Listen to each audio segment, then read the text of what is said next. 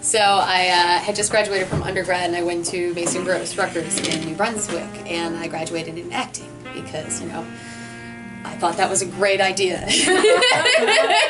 I'm sorry, graduated in what? Acting. I have a BFA in acting from actually a really prestigious school. Rutgers is a great school. I spent time abroad in London studying at Shakespeare's Globe.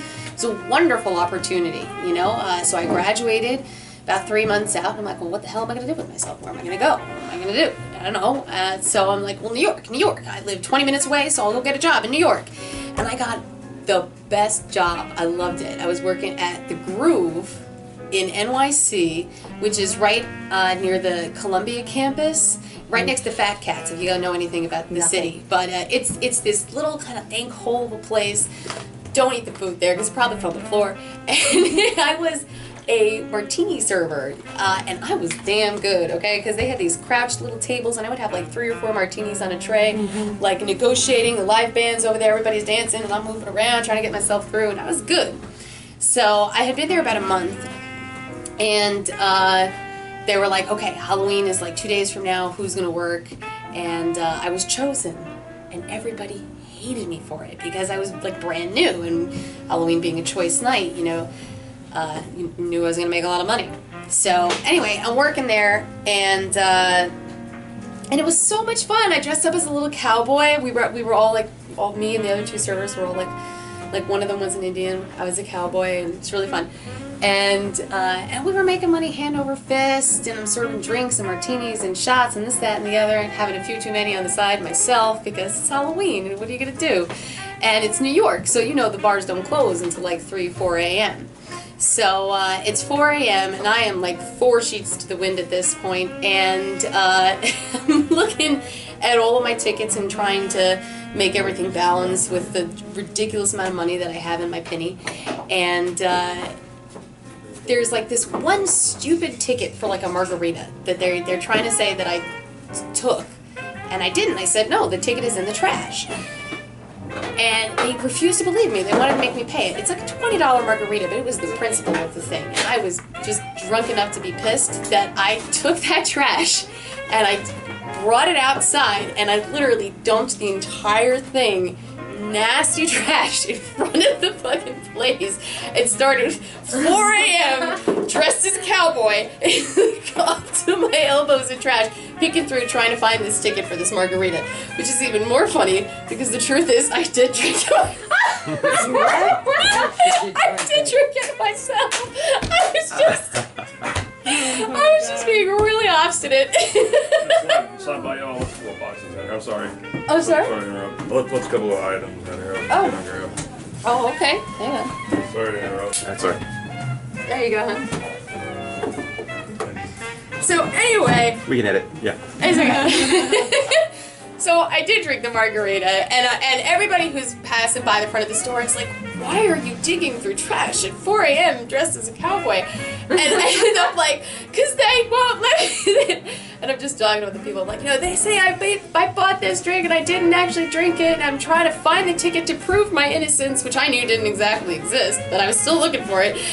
And anyway, long story short, they ended up taking my penny because I didn't take it outside with me, and they stole like a lot of cash from me. They stole like all of my tips from me, and they said that they were figuring out the money themselves, but they wouldn't actually let me get into the room while they were figuring out my money. Oh, jeez. And they locked the door and the whole 9. So it was just awful, and I'm just like, what the hell am I doing? And I was crying, and I was thinking about it, and my father, who was like, I'm cut from the same cloth as him. He was living in Washington, D.C. at the time. And he was like, Tina, just come to D.C. Just come to D.C. I've been trying to get you here for months now. Just come to D.C. and let's just talk. And we'll figure out, you know, where are you going and what do you want to do. And I'm like, you know what, screw this. So I called the next morning, and I was like, very politely, I'm out.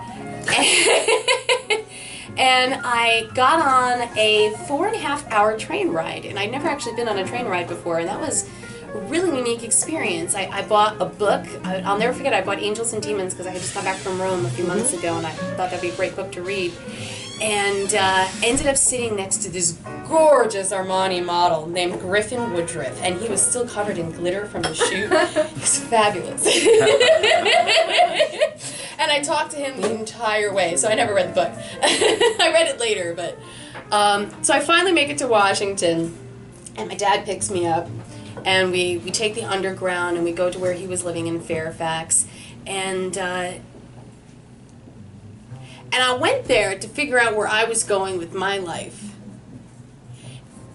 Because at that time in my life, I had a very narrow reality and a very narrow frame of, what was happening. It was all based on me.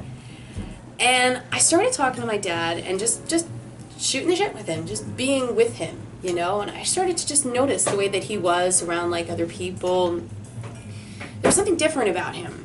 There was something different about the way that he was behaving.